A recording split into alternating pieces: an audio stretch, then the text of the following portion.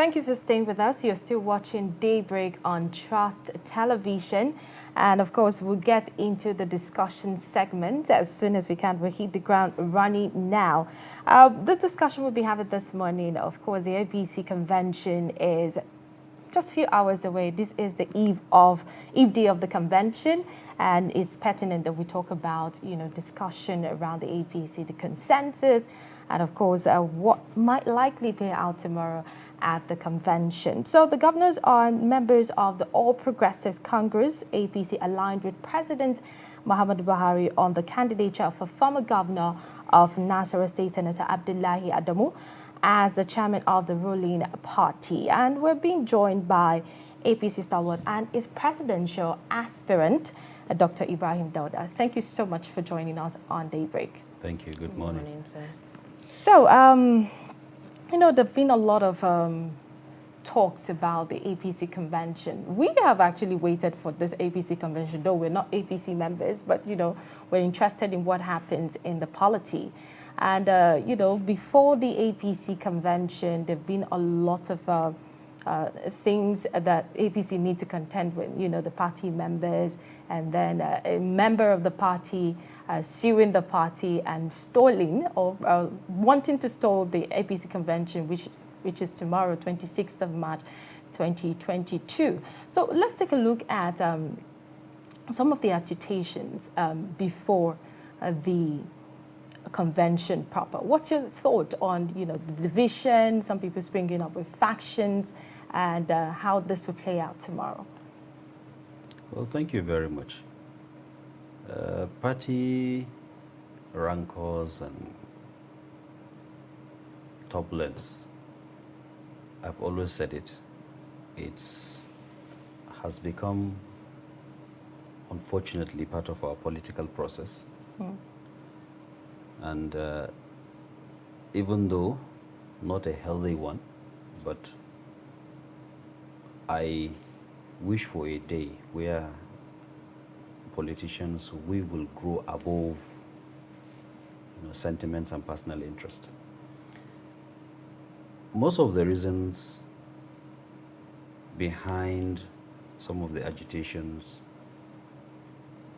threats of divisions, factions, and other things are offshoots of perceived injustice, embedded personal interest, or because a lot of people in politics are really not after service, but after serving themselves. That is why in most cases you have issues. Because for me, if you are there to serve the people, then you shouldn't have problem that will lead to everybody refusing to agree on a common interest that is supposed to be in the best interest of the people and the country.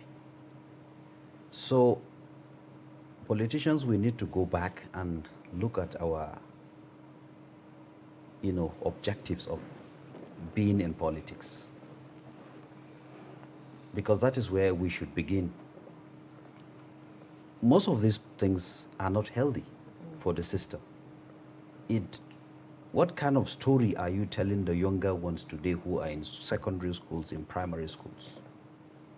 What are we teaching them? Where we openly, promote discontent, we openly castigate each other, ridicule each other, ridicule the system, and we are portraying leadership in a very negative light to the younger generation that is supposed to learn from our conduct. So, your question, a lot of these problems will be there. Like I've always said, they will be resolved, but at a high cost sometimes to both the party and the country. Because if for nothing else, creating tension in the system, because when you are a ruling party and you have unsettled issues bothering on the party structure, it affects every segment of the society. Sure.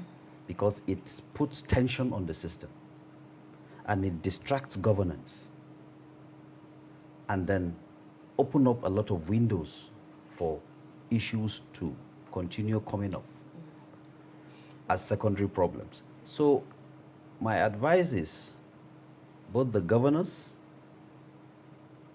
the party leaders, the aspiring individuals should look at the country and look at Nigerians and put the interests of this country and Nigerians before themselves, before their own interest, so that we can have peace and then,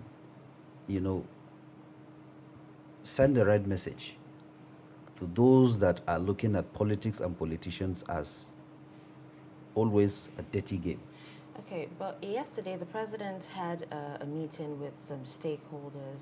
Don't you think that some form of peace has actually been returned into the party, due to the president's intervention?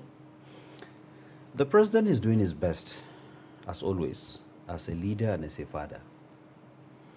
If you watch from the beginning of the administration, he has tried his best to stay independent or neutral from party activities and party affairs.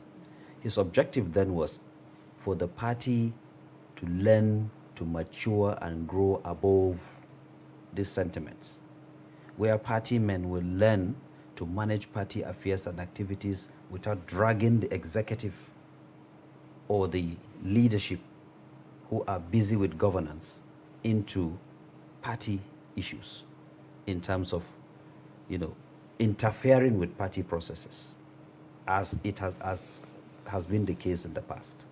So the president did his best to stay away, not to be seen to be interfering with party processes or using his office. But it has reached a level where it is almost clear that certainly that is not working. So he has to intervene as a father and as a leader to call them and sit them down and tell them how best, and give his fatherly advice. And look, what you are all doing is dragging this country backwards rather than forward, and is constituting a stumbling block to our democratic processes and governance. Sort yourselves out. The Electoral Act, recommends 3 processes for the emergence of candidates: consensus, direct primaries, indirect primaries. So always parties will go for consensus first. Okay, speaking about consensus, which seems to be the problem or the point of contention right now, because looking at how the rancor has played out, the APC members, some members are not happy about, the consensus. And then you mentioned that the president is doing his best. He is the prominent leader of the APC. And, when all of these agitations comes, people talk about, I'm not happy about the body language of the president towards Abdullahi Adamu, which is from Nasarawa State. Some APC members have said that this man is not even one of the founding fathers of the APC. This cross-carpeting and all that. If you want to trace Senator Abdullahi Adamu's history, you go to the PDP. And those are, some of the agitations some people are talking about. So what's your take on, the president's body language and saying that Abdullahi Adamu is one of the aspirants, the most qualified aspirants, and then call it some of the delegates having a meeting with the delegates and the aspirants. What's your take on all of that? Because there seems to be a disparity between, trying to put the house together and then throwing support to a candidate, to an aspirant rather. When you are talking about consensus, there is no clear-cut rule or formula. What it says is consensus has to be supervised by someone. The party is trying to go into a convention to produce leadership of the party. In a normal climb, it is the party chairman that is supposed to head the mediation in terms of managing consensus. That is the process that is being, put in place. The president has taken up the responsibility to anchor the process of consensus. Now, how a candidate or an aspirant from the aspirants emerges as, in the consensus, there are certain checklists that are prepared, that is prepared by the party. And against this checklist, every aspiring person will be matched with the checklist. That is the normal system of consensus. Then those points outlined in the checklist will be, there will be tick. Have you passed this? Yes, check. This check. This check. So at the end of the day, they will look at among the aspirants whom has certified the requirements of the checklist with a higher percentage in terms of mark.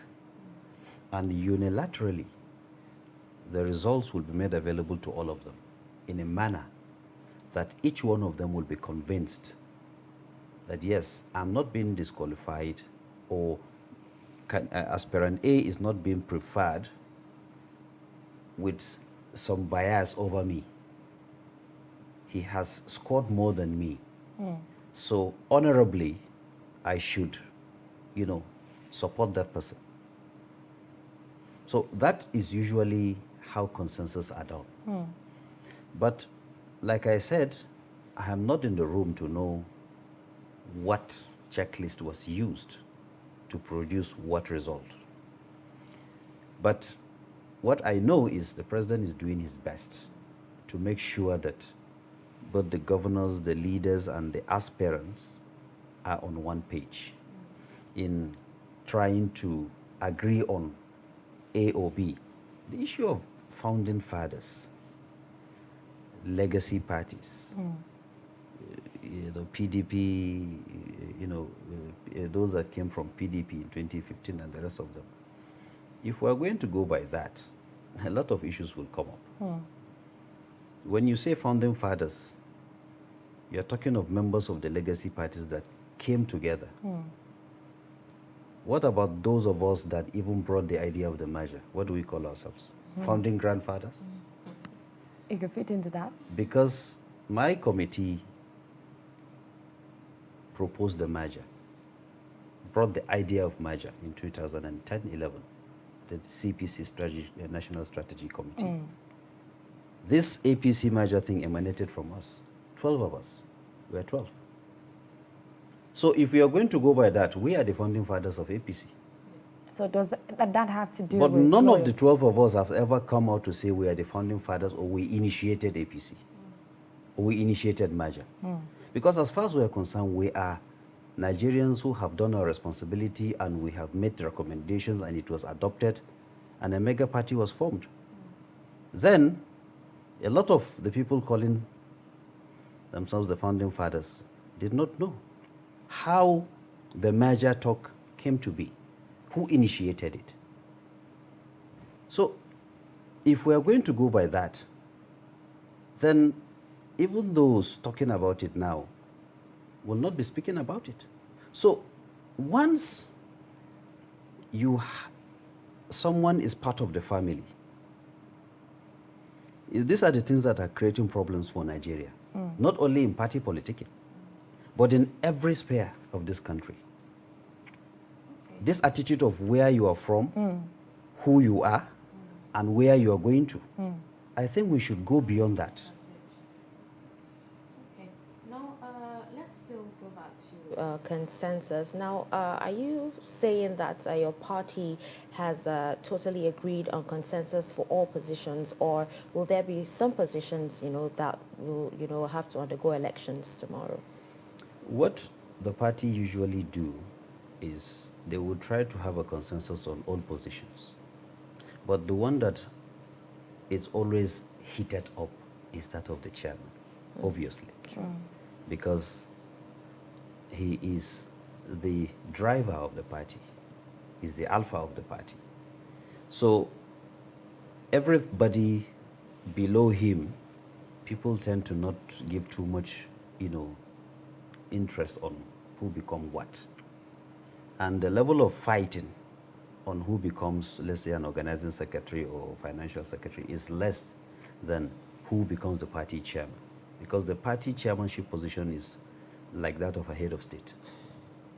It's almost like a head of state because he flies the flag of Nigeria alongside the flag of the party.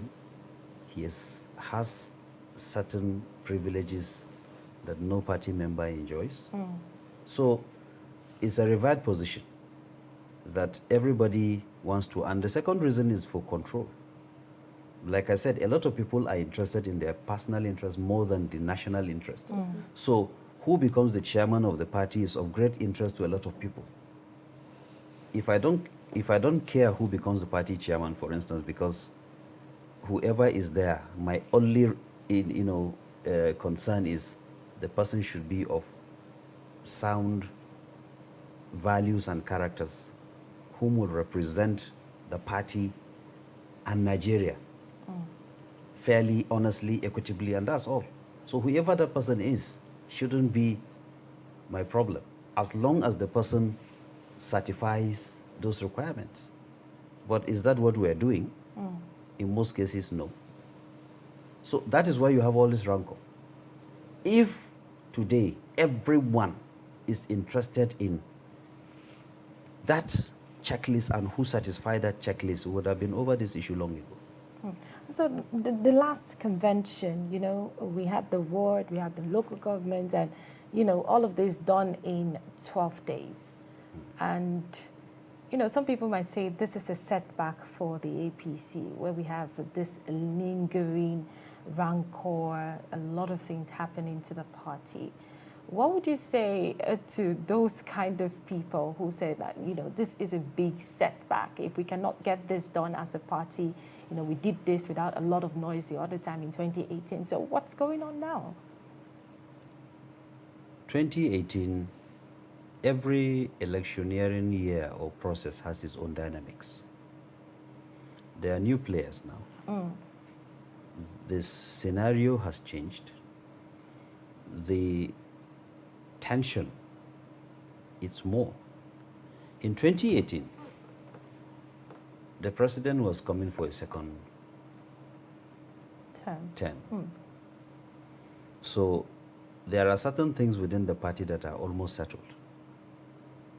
Because a lot of people will say, okay, we are not going to contest against the president. So the tension was less.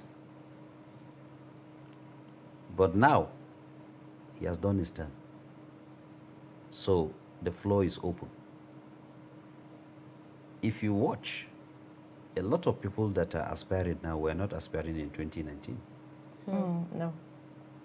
So there was no need for the extra tension because there was no too much interest.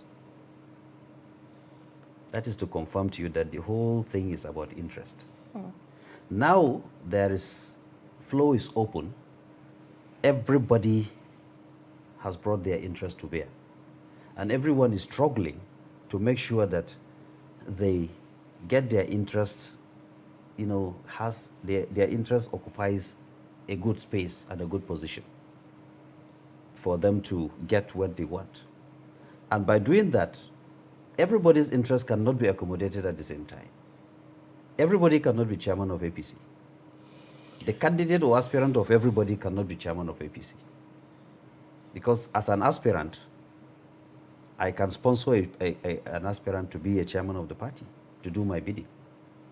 So when 2, 3, 4, 5, 6 aspirants fund or sponsor, I'm just giving an example, of 1 or 2 or 3 people to become chairman of the party, you should expect that the fight will be stiff. Because each one is doing his best to make sure that his own person becomes the chairman of the party for his own interest. So these are the issues. Okay. And as politicians, we should learn to put national interest first. You cannot impose yourself on people. It is left for people to say, yes, no matter how good you are, Nigerians or people of this country can still say, no, we don't want you. And what will you do? Force yourself? No. Stay aside and let them showcase who they want, and then posterity will judge everybody. Okay. Okay, now I just came across a report that says APC bars political appointees from voting at convention. That's in line with Section 84, subsection 12 of the Electoral Amendment Act. What's your take on this? Well, the law is the law until it is set aside. That's the truth. So if they decide to abide by that provision, it's still subsisting until it is set aside. So before then, they will do well to abide by it, to avoid it being used against the party. And what's your thoughts on that particular clause? Well, personally, you see, those in the National Assembly who came up with these laws are all politicians. And it affects them. What are the merits and demerits is what we should be looking at. It's not about me as a person. It is about what good will that do to the system. Someone gave an analysis, and let me summarize it as his own, reason as to why the clause is positive. If today APC is the ruling party and the president is contesting his second term, for instance, and you have 5,000 delegates, the president is at liberty to appoint 1,000 SAs, 500 SAs. Now, it's a simple calculation. The governor or the president can simply look at the number of delegates, look at the number of votes he needs to win, and just appoint special assistants, personal assistants, and what have you, beyond the number of the normal delegates. And automatically he wins the primaries. So what the clause is trying to achieve is stopping people with executive powers from manipulating party primaries by appointing people to such a number that will disenfranchise those that are not holding executive positions, who don't have SAs and PAs and MDs and DGs. If I'm just an ordinary person who is aspiring the same position with Mr. Governor, automatically I'm disqualified, because there's no way. I don't have special assistants, I don't have commissioners, I don't have personal assistants. How can I go to the primary and it will set to be neutral or fair? Because I can only rely on the elective delegates, whom are only maybe 30% of the total delegates. 60% are elective, appointed people by the executive who is contesting alongside me. So automatically I've lost the election. So if you look at it by this analysis done by that person, you will say the National Assembly thought carefully for them to have come up with this is to protect the system from being abused by those in position of power who have capacity to appoint people in order to use that as an instrument to manipulate primaries. So you are aspiring to be the president, the next president of Nigeria in 2023, and you just made some very dicey analysis there. And of course, you were motivated to actually, want to vie for this positions. What are the odds? What are the chances? Aspiration is all about what you think you have to offer to the system. But like I've always said, it's not a do or die thing. It's a clear-cut thing. I'm aspiring. I've put in myself forward. I've made my objectives clear, my intentions clear. It's left for the party and the party men and women to say, oh yes, we have agreed with his vision. Because before it comes to Nigeria, I have to convince the party and the party men who will return me as their candidate first. Then I will start dealing with Nigerians to sell the manifesto of the party alongside my vision. So if at the end of the day the party says, no, we don't want you, why will I fight? There's no need. So if you understand? If you should get the go-ahead from the party, what are the chances that you would lead the party to victory against formidable opponents like Atiku Abubakar? Politics, it's like I said about what you have to offer. Anywhere I go, except in a forum like this where it has to do with my party directly, I hardly mention party. I discuss about issues. We have a style of campaign in this country. APC is this, PDP is that, giving ourselves terrible nomenclature and acronyms. You hear people demonizing each other on air. And these are fathers and grandfathers. And their grandchildren are watching. And now you come and say you want to lead Nigeria. When you go on the podium, you abuse, you insult, you maim, and then you say you want to lead Nigeria. So it's not about who I am, who they are. It's about how much do I know of the problems of the system? How much do I know of the mechanisms and dynamics of governance? And what are the solutions I'm bringing on the table? I'm not interested on who caused the problem. I'm interested in how will I solve the problem. So it's about issues, and I always say this.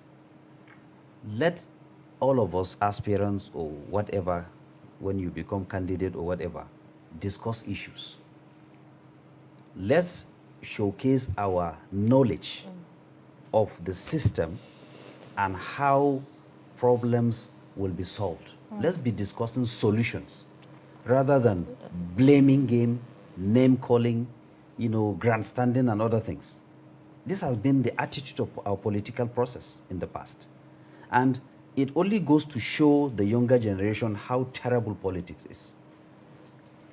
If today I am candidate of APC, I will not be bothered by who is at the other side.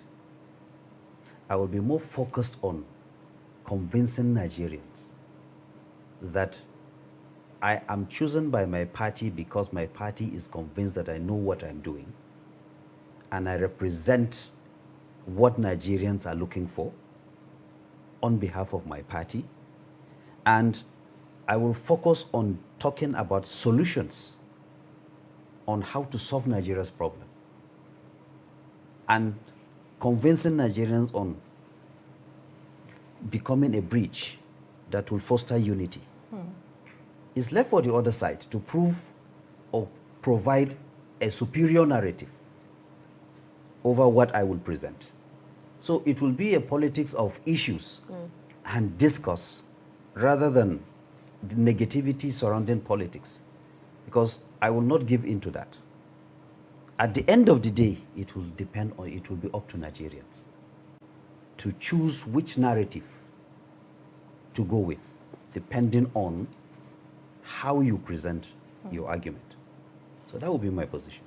All right, thank you very much. I wish I have more time to talk about, the party, the consensus, of course, which is a bone of contention, but thank God you shed more light on it. At least a lot of Nigerians understand what this consensus is all about, since we come a nomenclature prior to the 26th of March, which is the day for the APC convention.